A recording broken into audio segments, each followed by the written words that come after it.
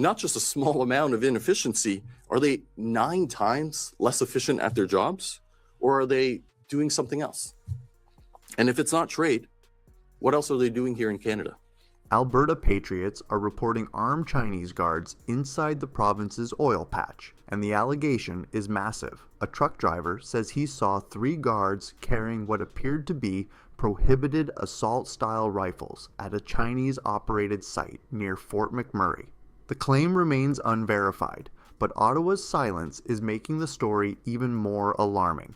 This is not something the government can dismiss with another carefully written statement about diversity, investment, or international cooperation. Alberta's oil patch is strategic Canadian infrastructure. It contains resources that affect national revenue, energy security, jobs, exports, and Canada's ability to function independently. An allegation involving heavily armed personnel at a foreign state-owned company's industrial site demands an immediate and transparent investigation. They want to buy more oil because the reality is they were buying oil from Venezuela. So number one, they see oil as really important for the growth of their economy, and they see us, Alberta, as one of the opportunities to move forward with. According to the reported account, the driver was delivering drilling mud to the remote site when he was closely escorted to the unloading area. He says he was permitted to leave his vehicle only to untie the load, while site personnel handled the equipment. He also claims 3 armed individuals remained partly concealed and that his escort warned him not to ask questions about them. And if it's not trade, what else are they doing here in Canada? That description is concerning because it does not sound like ordinary industrial site security. Remote energy facilities may use private guards, especially where expensive equipment and hazardous materials are present. However, Canadian security personnel cannot simply carry whatever weapons they choose. Prohibited firearms and high-capacity magazines are tightly regulated. If the driver correctly identified the weapons, serious laws may have been broken on Canadian soil. Again, the allegation remains unverified. The driver's identity, photographs, security footage, site records, weapons licenses, and employment information have not been publicly produced. That means nobody should pretend the case is already proven. But an unverified allegation is not the same as an allegation that should be ignored. The proper response is investigation, not silence, ridicule, or another attempt to change the subject. Don't you think that Communist Ottawa is leveraging Communist China against Alberta? The company operating the site and the Alberta government were reportedly contacted for comment, but no clear public explanation followed. That silence creates suspicion where facts should exist. Either these individuals were lawful Canadian security officers carrying permitted equipment, or something far more serious occurred. Authorities should be able to establish the truth quickly by reviewing the site's security contractor, employee records, licenses, and surveillance footage. We need our federal government to step up and support them at this time. And I urge the federal government to get back at the table and resolve this issue immediately and provide immediate support to our growers at this time through the money they're generating off those EV tariffs. Yet this incident arrives at the exact moment Canada is aggressively rebuilding commercial ties with China. Federal officials are presenting China as a necessary alternative to the United States, especially as trade tensions increase. Ottawa wants agricultural access, Chinese investment, new buyers, and diplomatic cooperation. That may sound practical, but Canada's leaders appear desperate to secure deals without seriously confronting the national security risks attached to Chinese state influence. Secondly, in petrochemicals, they have always wanted to do more business with Alberta, produce more things here for their market back there. And so we've been working with them on that as well. China is not approaching Alberta because it suddenly developed sentimental affection for the province. It wants energy, it wants stable supplies, it wants petrochemicals, agricultural products, investment opportunities, and strategic access to one of the world's largest oil reserves. That does not automatically make every Chinese investment dangerous. It does mean Canadian officials should stop behaving as though foreign capital arrives without foreign interests attached. The CEO of Invest Alberta has said Chinese investment in Alberta is already worth more than $60 billion, representing nearly half of all Chinese investment in Canada. China is also described as the largest buyer of oil, moving through the expanded Trans Mountain system. Chinese companies want more Alberta oil, more petrochemical involvement, and potentially a role in future energy infrastructure. Ottawa hears those figures and sees an economic opportunity. Albertans have every right to look at the same figures and ask who controls the assets, who benefits from production, where the profits go, and how much influence a foreign authoritarian state can gain over critical infrastructure. Investment can create jobs, but ownership and control matter when the investor is connected to another government. Canada's leaders keep presenting this relationship as simple diversification. They argue that Canada depends too heavily on the American market and therefore needs customers in Asia. That part is true.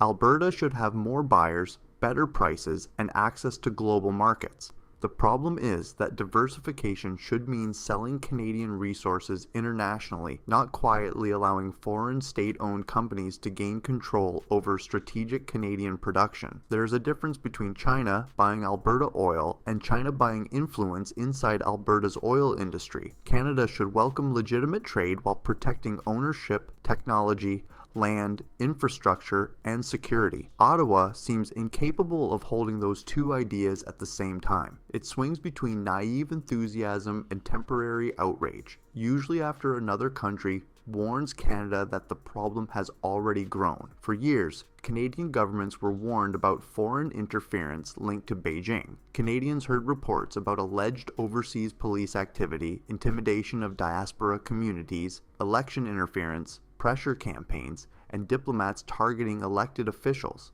Ottawa repeatedly responded late, cautiously, and only after public pressure became impossible to ignore. Now, similar concerns are reaching the most economically important part of Alberta. Research presented to Canadian lawmakers claims that Canada contains at least 575 organizations linked to the Chinese Communist Party's United Front system. The researchers emphasize that these networks can operate through apparently ordinary cultural, business, professional, academic, and community relationships. They also made an essential distinction. Many Chinese Canadians are targets or victims of this influence, not participants in it. That distinction must remain clear. This is not about attacking Chinese Canadians, immigrants, workers, or business owners because of their ethnicity. Canada is a country built by people from around the world, and many Canadians of Chinese heritage have openly warned about intimidation from Beijing. The concern is state-directed influence, state-owned corporations, hidden political connections,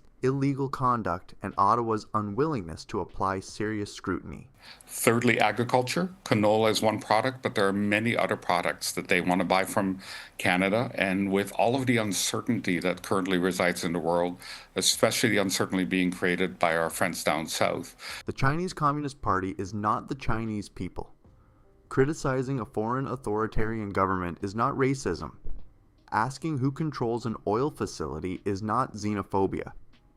Demanding proof that armed guards are properly licensed is not anti-Asian hatred.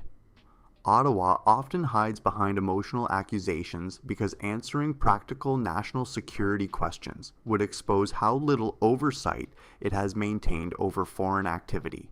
If the guards were ordinary Canadians hired by a licensed contractor and the weapons were misidentified, the government should say so and provide evidence. If they were foreign nationals working legally under Canadian supervision, explain their status. If prohibited weapons were present, police should seize them and investigate who authorized them. None of this requires conspiracy theories. It requires basic government competence. Don't you think that Communist Ottawa is leveraging Communist China against Alberta? I mean, come on. I mean, you know, we live in the world of realpolitik. So you don't right? mind being a pawn in that No, fight? we're not a pawn. The most disturbing possibility is not merely that 3 guards may have carried illegal rifles. The larger concern is whether Canada fully understands what is happening at foreign-controlled facilities in remote regions. Who provides security? Who has access to sensitive equipment? What communication systems are installed? What information leaves the country? Which employees answer to Canadian management and which may answer elsewhere? It's very clear that the tariffs and the anti-dumping investigation that's being imposed on our canola growers is a direct retaliation by China to the EV tariffs. Our canola growers and our producers know that.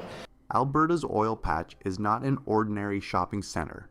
It contains complex industrial systems, transportation links, pipelines, communications networks, geological data, proprietary technology, and production information. Foreign involvement in such facilities must be assessed as an economic and national security issue. Canada would never permit an unknown armed group to operate casually at a military base. Strategic energy infrastructure deserves serious protection too. Instead, federal officials are rushing to celebrate a new relationship with China because Canada's relationship with the United States has become unstable. Ottawa is acting like a person who had an argument with one neighbor and immediately handed the house keys to another. A dispute with Washington does not transform Beijing into a harmless partner. Canada must negotiate based on interests, not desperation. China does not need to physically steal Alberta's oil. It can obtain influence through ownership, contracts, financing, partnerships, supply agreements, and infrastructure investment.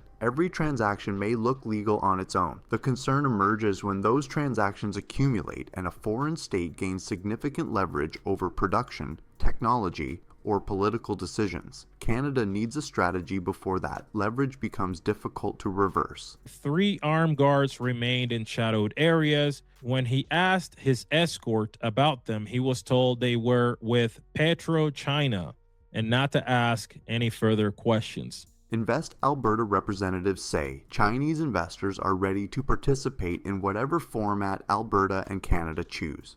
That statement should immediately raise the next question. What format will Canada permit?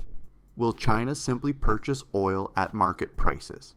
Will state-owned firms acquire larger interests in production? Will they finance pipelines? Will they control petrochemical facilities?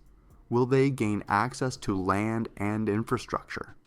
Those are not reasons to reject every deal. They are reasons to establish clear limits. Canada should decide which assets must remain Canadian-controlled, which investments require enhanced security review, what transparency is required from state-owned companies, and which activities are unacceptable.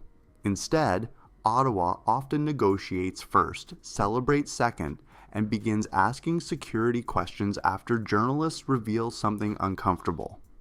On behalf of his communist masters in China, right, was to jump up and down and have a hysterical little hissy fit and say that, we're engaged in treason and that real Albertans don't support independence. I mean, it was the most ridiculous display of... The armed guard's allegation is therefore important even before it is confirmed or disproved. It exposes how little the public knows about security at foreign-operated oil sites. It also reveals how quickly officials retreat into silence when a difficult question appears. Albertans should not have to rely on anonymous drivers, independent advocates, and small media outlets to learn what may be occurring inside their own energy industry. A competent government would announce a review immediately. Alberta authorities should inspect the facility, identify the security company, confirm the citizenship and work status of personnel, verify every firearm license, review the weapons described, and release a factual summary. Federal agencies should determine whether any foreign state connection creates a security concern. The company should cooperate fully rather than allowing rumors to grow. They need to understand that Albertans are done, we're leaving,